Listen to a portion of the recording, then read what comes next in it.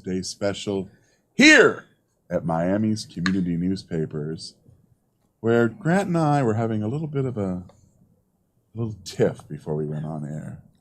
But look, somebody in this office loves you. This is quite lovely.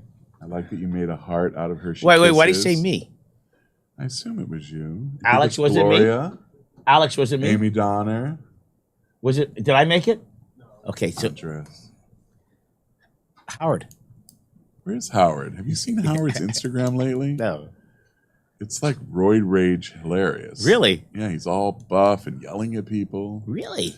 Yeah, I'd forgotten it was him because he doesn't use his name like Howard the Duck. He just Howard the Wire or the Word. He has some other name. Howard the Word, Howard Word or something like that.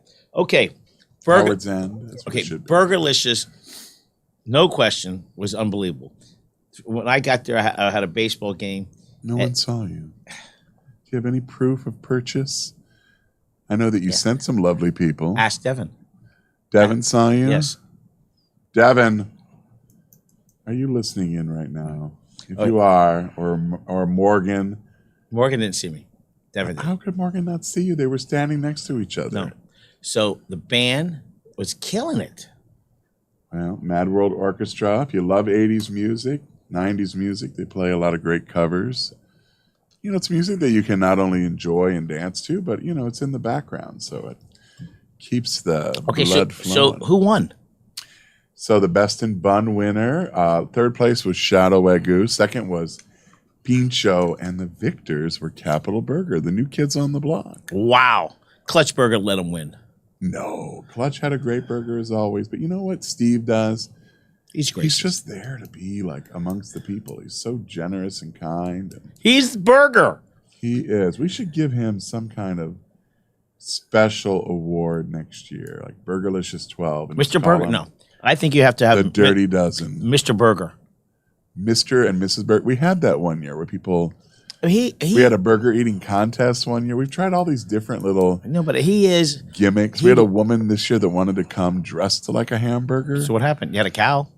I don't know where the cow came from. Chick-fil-A probably. So Wagyu. So okay, who is Capital Burger won? Yeah. Have you eaten? It's not open yet. Pincho, very close second. They've won 4 or 5 years in a row, and right there behind them, just very tight race. Shadow Wagyu, and Shadow won People's Choice. They like to say, the people have spoken, and it's Shadow Wagyu. Right there on Lejeune at Ponce almost. Across from Deal Ford. The old Deal Ford. Kind of across from Willie Bermeo's office. Oh, yes. If I was Willie Bermeo, I'd be walking across that street every day. And he's across from the lot that owned by former commissioner, correct? Didn't John Ruiz bought that empty lot? Bought it from the city. Bought it from the city. Yeah, bought it from the city. All right, so... Yes, the commissioner recused himself from that discussion and vote. Yes, I know. He told me that I wrote about it. You did, and I was there when you had your confrontation. Confrontation.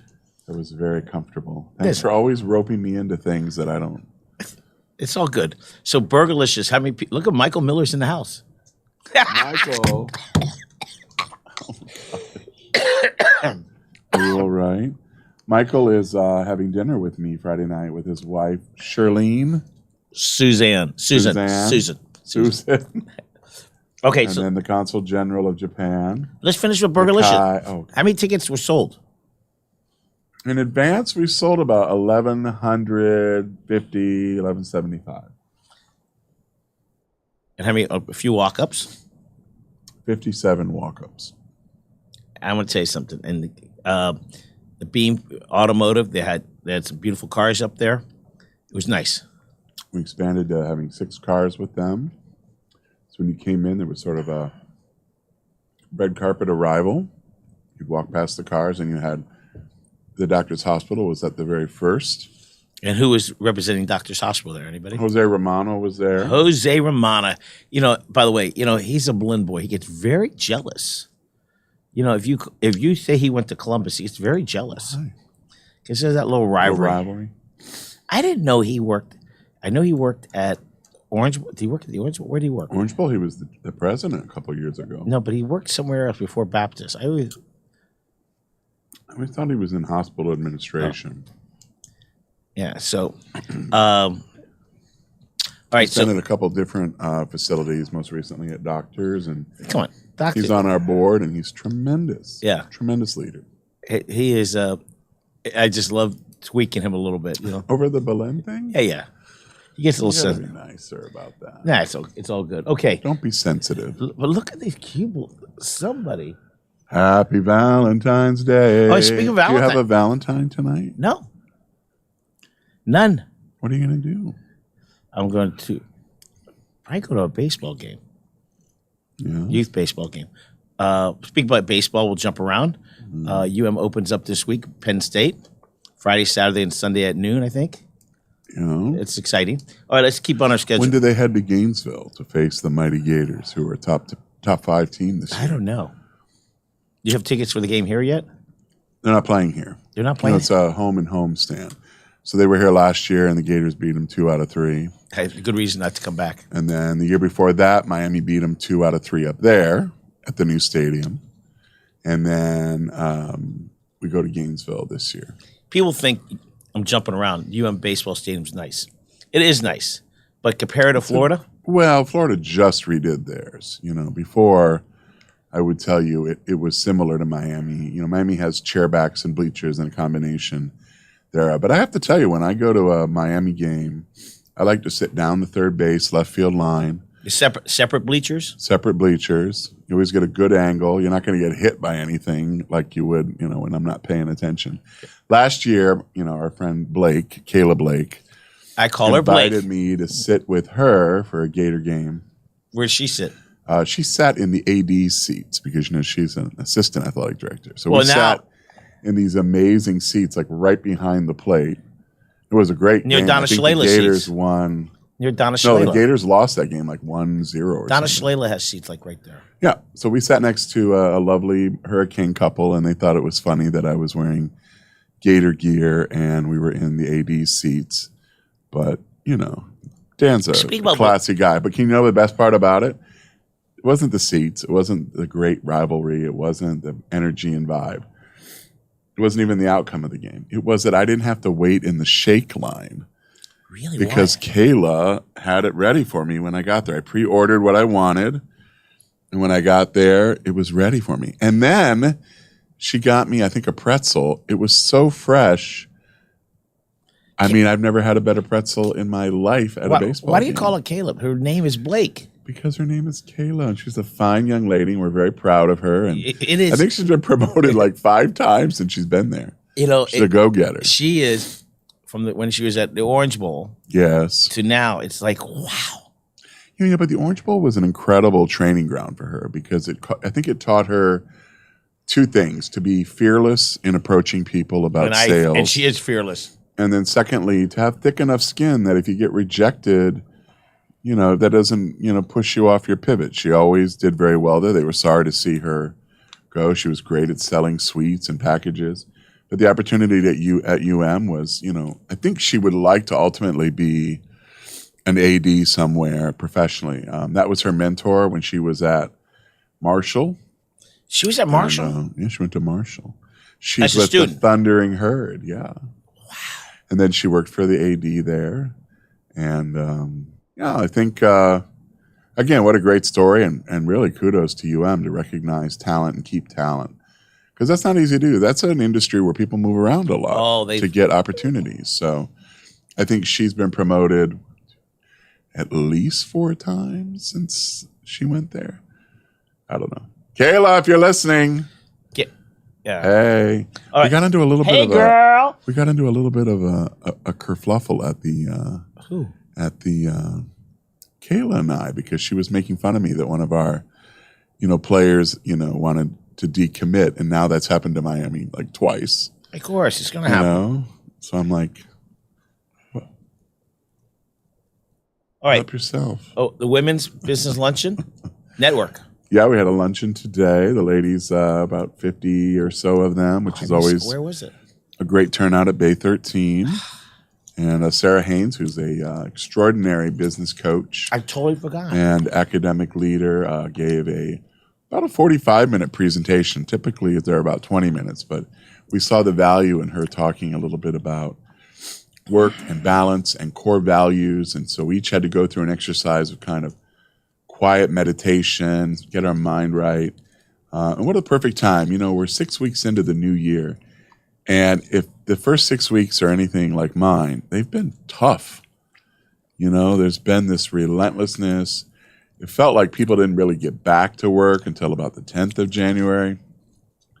And then it was a slow uptick. I was getting out of offices until like the end of the month. And now people are scrambling because, you know, they lost a little bit of momentum that typically comes in January. So they're trying to cram it into a 28-day month, which is just difficult. So, but they had a great luncheon today. Sarah was awesome. The ladies really, you know, they do a great job. But it's not just ladies. There's some men there. It's 3 or 4, but the ladies are really good about rallying around each other. And they're in the final days of collecting their Business Women of the Year applications. Those are due Friday at noon. So we're still looking for nominees in the entrepreneur category, global business, retail, restaurant, you name it. We'd love to have your application. You can look online, coralgableschamber.org, and we have an online application. You don't have to be a member to apply or nominate somebody who's in your inner circle. And then tonight we've got an Instagram Live that we're doing with Black History Month. I met with her yesterday. I saw the pictures. I have to tell you, I got very jealous. Me or her? I was jealous of you because, you know, Tamika's just the loveliest. Really? Yeah. I didn't notice. And you're right there all up in her business. Oh. Hi, Grant Miller here. You think that crap works on everybody, don't you? Didn't work on her. So she leads our DEI committee, and she's doing every Tuesday night at 7, talking with leaders about what their journey has been professionally, personally, what Black History Month means to them. I met her through Coral Gables Chamber. Yep. So we had Chris Lomax last Tuesday. She's delightful. Today is Loretta Overeye, Don't who's change the the subject. dean. I want to talk about her. I'm just telling you, she's going to lead the conversation. Oh. Dean of Workforce, and that is Loretta Overeye, who's also a member of our chamber. So really excited for that. Then we'll have a couple more speakers tonight on our chambers, Gables Chamber, Instagram Live. So 7 o'clock to about 7:30. So before you go out, or if you're like me and, you know, it's going to be a quiet night. Well, it's not going to be a quiet night. You got a date. I do, but my date's not until 8:30. That's late for you. It is late, but, you know, it's not easy getting a reservation. And where are you going? We're going to an Italian restaurant in the Gables. Good answer. I won't ask anymore. That's a good. So. Very excited, though. Little gift to give. Can I borrow this? It's yours. Oh, okay. It might be from that person. So Impact, what's up with Impact? That's tomorrow with Minerva. Minerva's a member of ours, and what time is that? That's at 4 o'clock tomorrow at Morton's. We're about 35 or so folks coming, and it's about increasing your sales. And everybody can, you know, hopefully need some more increased sales. We need it. I have our sales team attending. We can always learn new hot tips using different strategies to increase your sales. February is the time to take stock of that because I have to tell you, I bet January for a lot of folks was tough. Yes, absolutely. Because I just think, you know, the month either felt like it never ended or it sailed by. But a lot of folks weren't back in the office or back until that second or third week just because of the way the holiday fell and schools and, you know, and then they come back and it's like ski week, après ski. You ski? I don't ski. I skied one time. Okay, and then the following week you have Good Morning America. No, Thursday. Good Morning Coral Gables. Next week? Next Thursday? This Thursday. Wait. We're running the gauntlet. So today's Valentine's Day, Women's Business Lunch. This was a week early. Okay. Tomorrow, Impact on its normal day, which is the third Wednesday. Okay. Third Thursday is Thursday. This is the partnership with UHealth. You want to register because we're having a really cool flower. We have a doc talking about heart health. Oh, yes, I saw that. It's, you know, Heart Month, so it's what we want to talk about. AFib and other things that people deal with.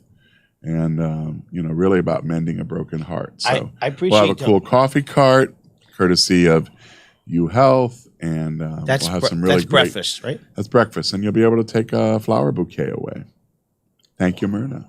Myrna Vaca. She wore a dress last week that was stunning. Really? Yeah. Where was this? I don't know. I saw her. It was stunning. I noticed things like that. Was it at Burgerlicious? No, I didn't see her at Burgerlicious. Was it because you weren't there? I was there. Trustee luncheon. Devin. Trustee. Anybody responding over here? All right. Trustee luncheon. Trustee lunch is with Dr. Patricia Will. That's on the 22nd. We're doing it at a restaurant. One of the things we committed to do to keep it light and fresh is twice a year do our event at a restaurant. We've done them at Bay 13. We've done them at Fogo de Chao. We'll be at Ruth's Chris, who are part of Burgerlicious. So we're bringing our board meeting and our luncheon there next week. And she was rescheduled from September when we canceled due to Hurricane Ian. You want to come out and hear about New Belmont Village, which is a new senior I met her. living facility, one of the most progressive when it comes to memory care. They're a partnership with Baptist Health. So No, that is from Bird Road. It butts up to Merritt Park. it correct? does. The shop's at Merrick Park. It sure does. Alex, has anybody written in? Not even Devin. Devin. Okay, let's go. Keep going. Well, I didn't go this I'm feeling unloved. this weekend with the walking tour. How great was it? Walking tour's coming up in the end of the month. What was this weekend? I saw something. I don't know. Okay, that's right. 'Cause I had Burgerlicious, and then Friday was a full day of kind of like powering through that. So I took my first weekend off of the year. Architectural walk tour is. Yeah, we do that with AIA Miami and MCAD, and they sell out every month. So get your tickets. They're only $10 or $15, depending. If you're a senior, they're free. If you're an architecture student, they're free. They're from 10 to 11:30, and Saturday the 25th. It's going to be awesome. And Visitors Month. What is that?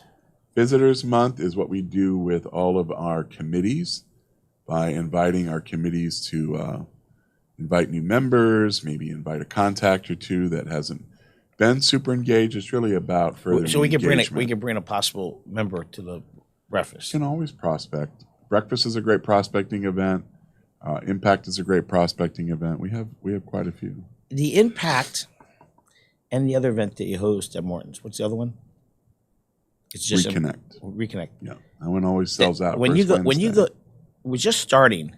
You become a member. Oh, thank you, Denise. Happy Valentine's Is Day. that my Denise? Of course. You're not going to see her now on Friday. I saw her this morning. We jogged next Does to she know you're not coming to dinner? And I didn't talk to her That you because canceled? she doesn't talk to me at the gym. She gets on the treadmill and I go, Well, she's busy working out. okay, so let's finish on We love you too, Kendall Gazette. yes, whoever Kendall is. The what we were talking about? Visitors Month? Bringing Oh, folks, the walking the tour. Impact, and then the other event, a Reconnect, is a great event. The Reconnect, you're a brand new member, go to Reconnect right off the bat. You'll meet people because it's really, I do think it's a great entree. It's not as big and as overwhelming. scary. as It's some scary of the for some other people. Events we do that, breakfast will have 100+ people at it. That can be a little bit, intimidating. but the Impact and the other event, it's good to first meeting, go there, meet some people because you'll stand up, it's a smaller crowd. People are more connected.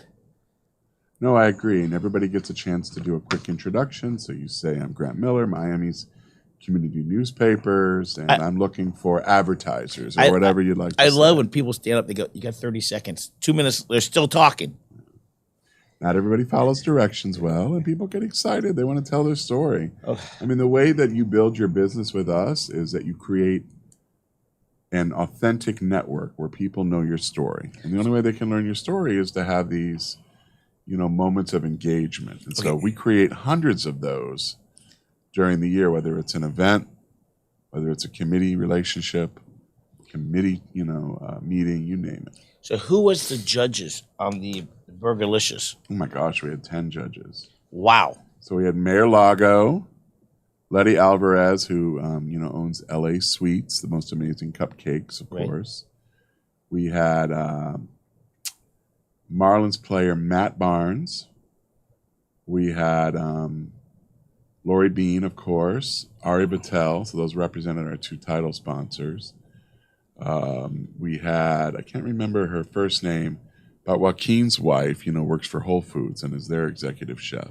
I knew that. So she was with us. We like to have a bunch of foodies. We had the former owner of Junior's Burgers, who now has a food truck, as a judge. We had Reed Horth, who dressed as Batman. TJ Villamil from the good folks at Enterprise, Florida. TJ's a self-professed burger aficionado. I'm forgetting somebody, but I think That's I did all right. pretty well. I came up with 8 or 9.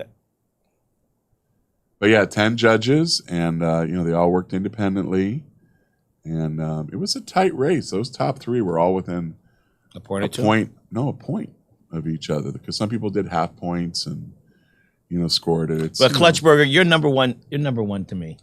Number 1 in our hearts. Look at this. Maybe Steve Bradley gave this to you. Well, that would be my lucky day. Okay, so we talked about the Tallahassee fly-in.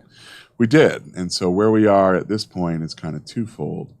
We're doing the follow-up on our priorities. We're doing follow-up thank you letters, and then keeping a watchful eye on the last 2.5 weeks of committee weeks, and then the session begins early March.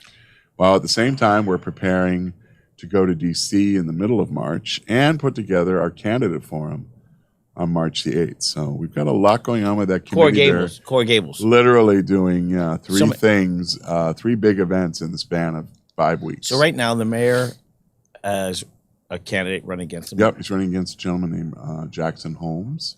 And then mayor, I understand, raised about $800,000.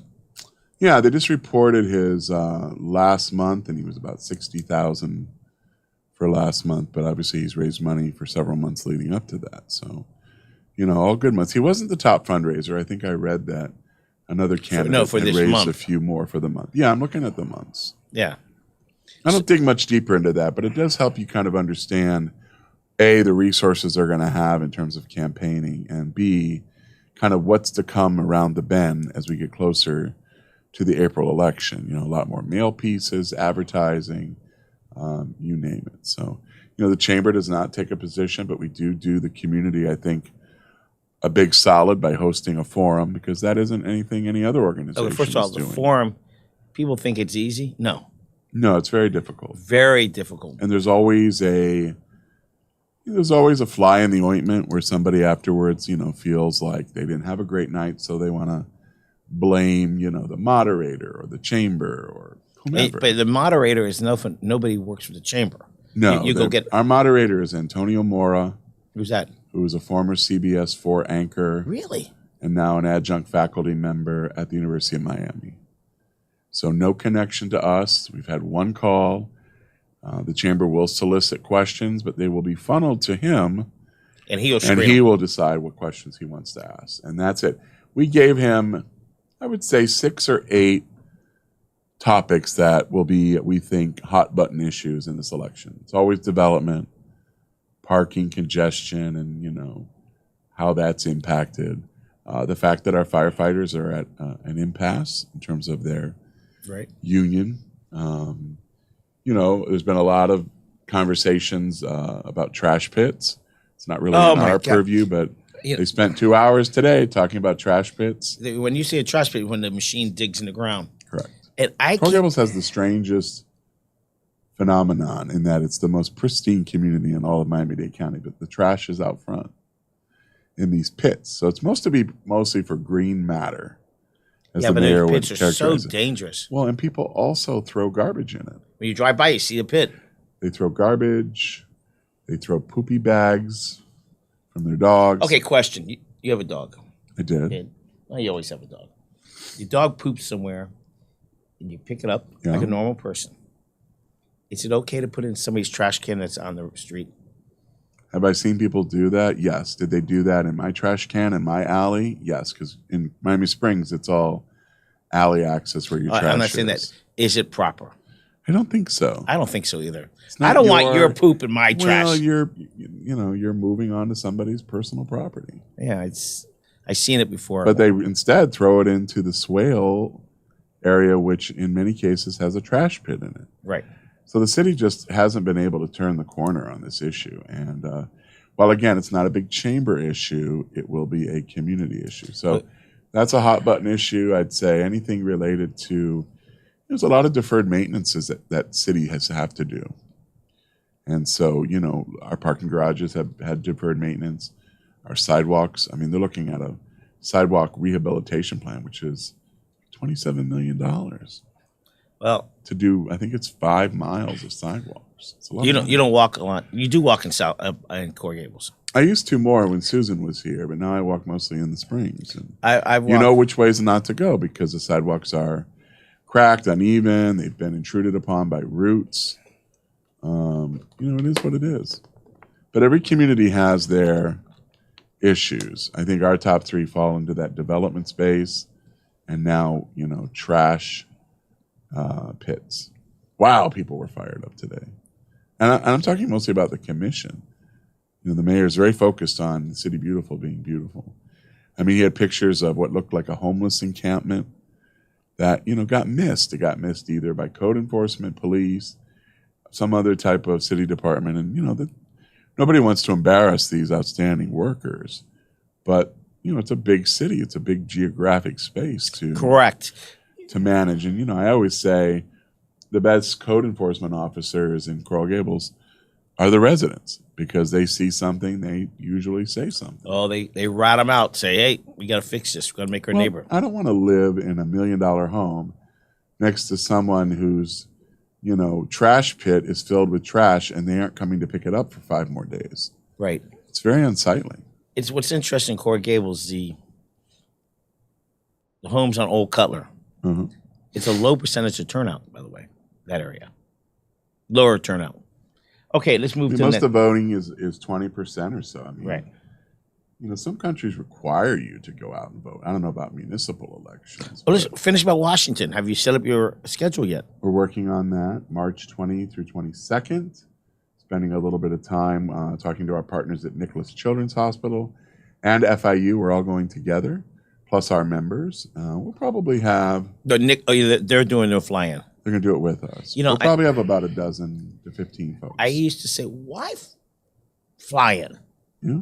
Well, because that's where they're working. When they're in Miami, they're not working on budget items and agenda. When they're in session, they're working. This time is critical because you're dealing with appropriations. And at the end of the day, this Congress is going to allow for earmarks that we haven't seen in probably 15, 18 years, which means that you and I could have an amazing shovel-ready kind of program or initiative and could go to Mario Diaz-Balart or to, Maria Elvira Salazar or Carlos Jimenez and say, we want to make this pitch to you and see if it makes, sense for them to put it into their appropriation request. And then ultimately, the federal government will weigh in on that as a whole. Interesting. How many people do you expect? 10? I think last year we were about 8. I think this year we'll be 15. Tallahassee, there were... More than you expected? 15 of us. We had a couple folks that in the end couldn't make it. But most meetings had 10 to 12 people in it. That's about capacity. Right. People don't realize the congressman standing in their office. Congressman, their office is not big. Yeah, the suite is huge, but there's 10 other offices in there. The policy people, the legislative aide, right. You name it. Scheduler, the members of Congress office.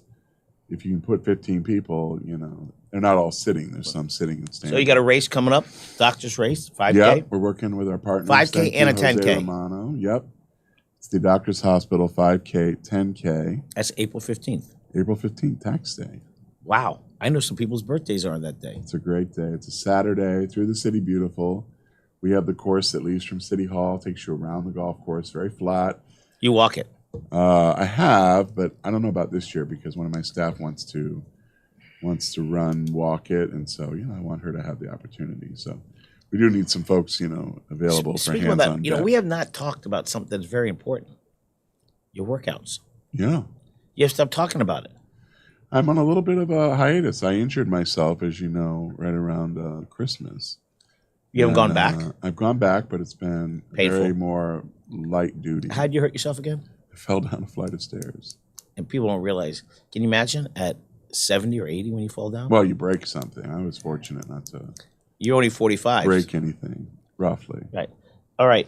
but I still feel like the effects of that. And, I need to get 100% there, but I've been back a few times, not working with the trainer at the moment just because I can't do all of that sort of heavy lifting. So regarding social media, your Instagram is at 7,200. Homegrown is impressive. All homegrown, and I think we'll see an even bigger bump from that. After the show this weekend. Well, not only that, but I think Burgerlicious brought a lot of traffic to our site. Individual photos and postings, video postings, you name it. So, okay, let's talk about something really I interesting. saw George, by the way, at Burgerlicious. He didn't see you either. Because I got there at 8:30. George, do you think he was in the cow costume? Okay. Regarding Super Bowl, Yeah. was that holding the defensive back? So I saw something on ESPN where the player who was called for holding said that he wasn't surprised that it was called, that he did have a hand around the waist and some jersey in his hand. I didn't know he had jersey in his hand. That's different. And this was the player saying it who was called. That's a class act because he could have just. Well, and I think a lot of people appreciate that. And then they talked to the ref and he said, listen, we make a ton of calls during a game. He says, and there are ones that we have a conference about because we're making sure we're all in consensus. He goes, this one, everybody agreed it was a hold. Now, did it come at a very critical time? Yes. Of course. I just and you don't ever want it to be about one play, one call, one mistake, one whatever. It's the same thing with Jalen. You can go back and look at the fumble that he did. He didn't do any of that during the year. But that fumble led to a scoop and score, and there's the difference. Or Butker misses a field goal because his plant leg slips because everybody was complaining about the surface, both teams. Both teams. There were a lot of challenges. The problem is that. And how did the Super Bowl allow that bad field? I don't know that. I don't know, if they understand that because the field's been untouched, until literally warm-ups because, it's got to be in pristine condition. The Super Bowl we don't have that here in Miami. Uses we don't have a problem with the our fields. field crew from Arrowhead. They use the Chiefs field crew. That crew has always come year-round. Every Super Bowl. So when I work for the Super Bowl here, why? That team, because they are considered to have one of the very best. That's pretty interesting. Very best grounds crews, and they have one of the very best fields. So, obviously the field conditions affect both teams pretty much equally. Both. But one team changed their shoes more. One team changed to some longer cleats. But you already played a half. Watch that field goal kick that Butker basically slid through, and it hit the upright. Doink! So he slid right out from under it, and he was on, basically a painted surface. Let's talk about Patrick. Bad ankle. Got banged up a couple times during the game. Sure. By the time to run, he took off like a deer. He basically said, he got taped up at halftime and, quote, it's the last game of the year. So leave it all out there. You're going to have 3-4 months to heal. I've always been a big fan of his. I think he's a guy that found the right place at the right time. Getting drafted by Kansas City, playing for Andy Reid. Out of Texas Tech. Yeah, out of Texas Tech. Playing for Andy Reid. It's a system that works for him. It's built really as a hybrid. He can run, but he's got a heck of an arm. If you watch some of those throws, especially to Travis Kelce, and he's coming up into a tight window over the middle. First of all, you have to be fearless to do that. Fearless. But I've never seen a tighter spiral thrown in my life. So throws a beautiful ball, and then the next play he can throw the ball with touch.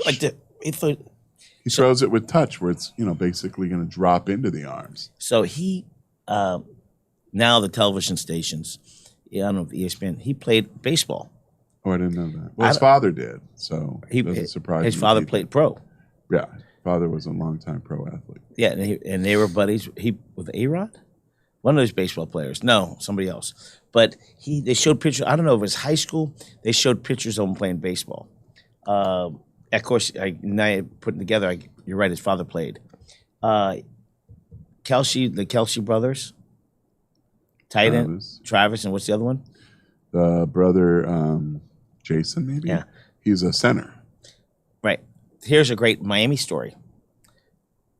Kid played Kendall Broncos, Corey Broncos. Right. Then he went down to Palmetto Bay, it's called Palmetto Raiders. That's down in Cutler Bay. Then he went to Columbus. Then he went to UM. Gets drafted by the Bears. Plays 5 or 6 years. Contract up. Goes to free agent. Where does he go? Kansas City. Kansas City. Deion Bush. Ba-da-ba-da-da-da. Well, it's funny because, obviously there was a lot of media attention paid for 2 weeks to their mom and, to these guys being the first set of brothers to face off. And she wore shoes. They obviously weren't going to play at the same time because they're both on offense. But, I think it's great that, they had their moment after the game. And, there'll be some days where it takes a while to get over a loss like that. It isn't because, it was so close and you were ahead by 10 at halftime. And physically, it's going to take you a week just to recover physically. First of all, you don't get a moment's rest. So I remember when I worked for the Super Bowl host committee and the teams arrive and, they're here. They have many obligations on their own. A lot of those guys do their own events, foundations and things like that. They're at the Super Bowl. Absolutely. And, it's a grind. I mean, one of the players, his wife was there with, their OBGYN because she was due at any minute. And really? It absolutely interrupts your life completely because it isn't just about football. It's not media requirements. I remember doing the media day at the stadium. They fly out a week before or a day before? They usually come in on the Sunday or Monday before. So it's a week? Yeah, pretty much a week. And who pays for the hotels? Host committee pays for all that. Host committee raises millions of dollars. Are we going to get it in 2017 and 2027? I think there's a very good chance. Have you spoke to your Florida, people? You need to just talk to Rodney and to now David Whitaker.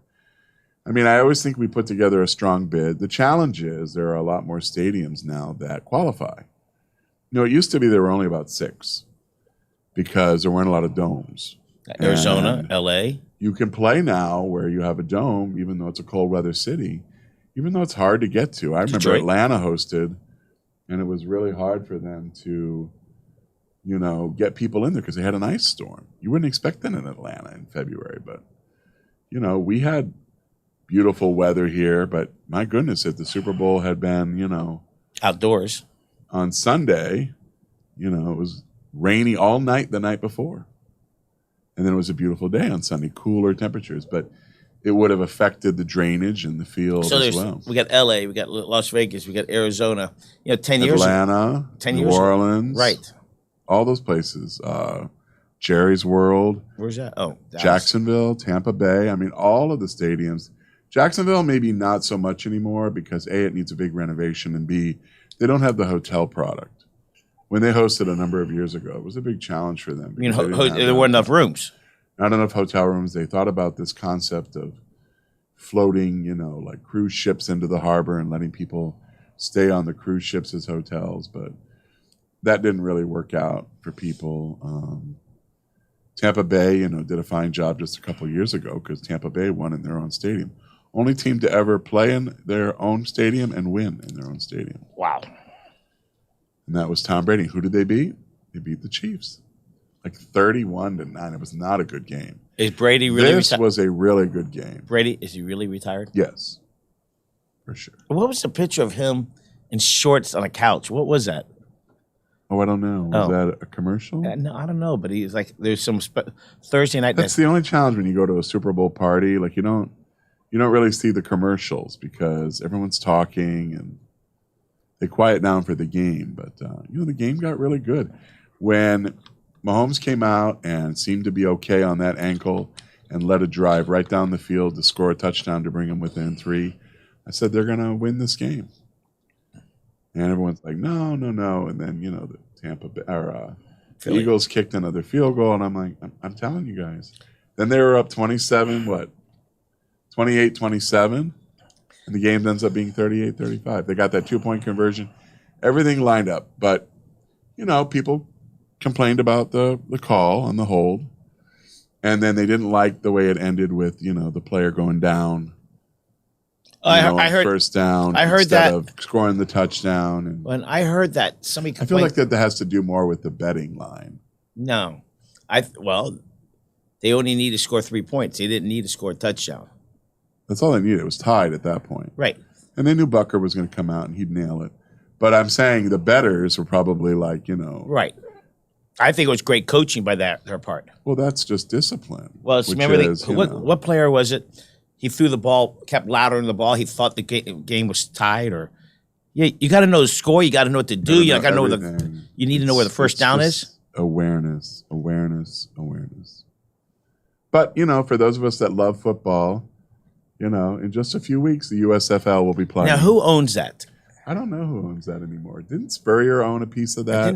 I think Rock owns part for of a it. while, but I think if you really love football and the USFL, play by the rules mostly. It's B level. Nothing wrong with that. Yeah. It's a great place to showcase your talent. And get an opportunity to maybe get to the next level. But 7 Gators played in the Super Bowl. 4 for Chiefs, 3 for the Eagles. And Kadarius Toney, who had the greatest run back on a kick return for the record. How about the punt? The punt return. That was Kadarius Toney, who was a Gator. He was a college all-purpose back. And they had him down. He almost went down. That's what he used to do for us on Saturdays. And then you have him score on that touchdown where he just walked into the end zone. They confused the Eagles twice on the same play.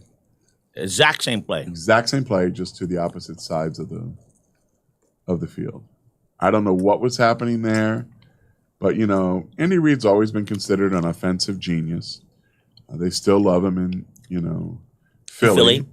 Maybe not today, but in general they love him. How about the picture of him in the kick punt pass contest? No, you didn't see it when he was 13. No, Andy Reid. He was the size that he is. Oh, he's so funny. I don't know if you saw the meme, but he has that. Try to find that. He has that big, laminated sheet. That's the play calling. Right. So they kept putting it on Instagram that it was the menu for the Waffle House. Look under Andy Reid, 13. You can't be 5 pounds, let alone 50 pounds overweight, punt and pass not kick. get And then Sirianni's so emotional during the anthem, and they had a close up of him crying. Which player was that? Coach of the Eagles.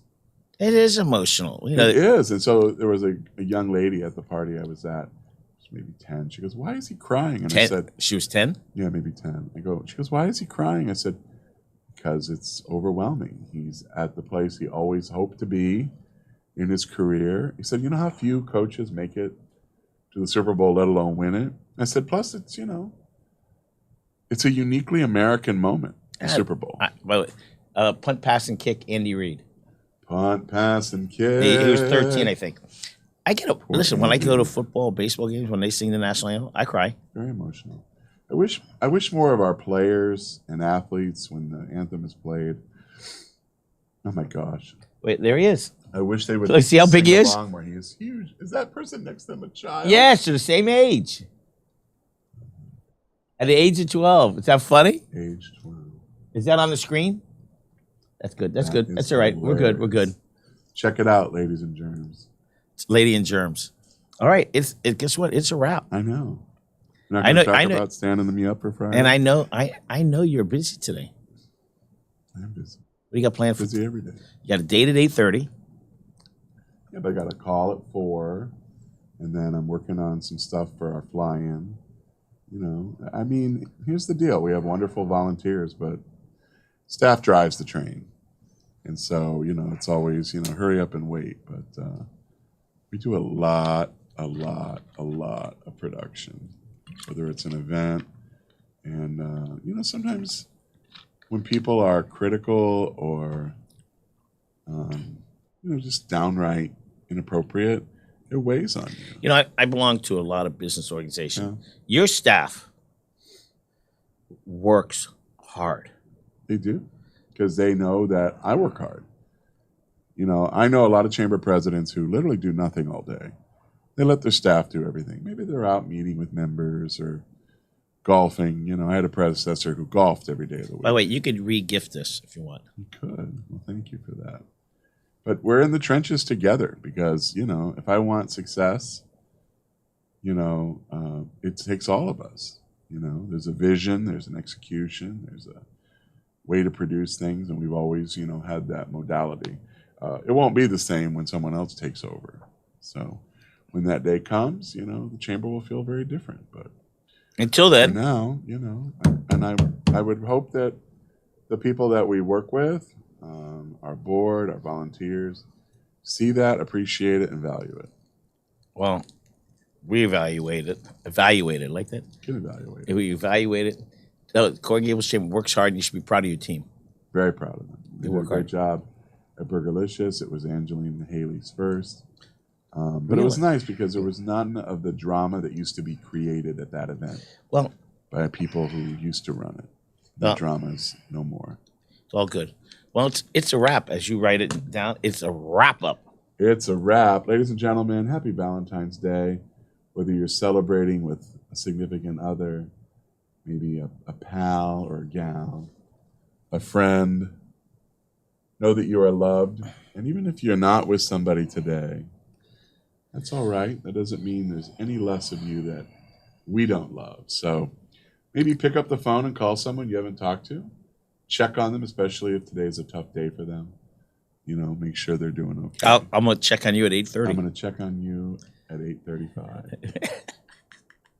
Have a great one, everybody. We'll see you next week. Have a great day.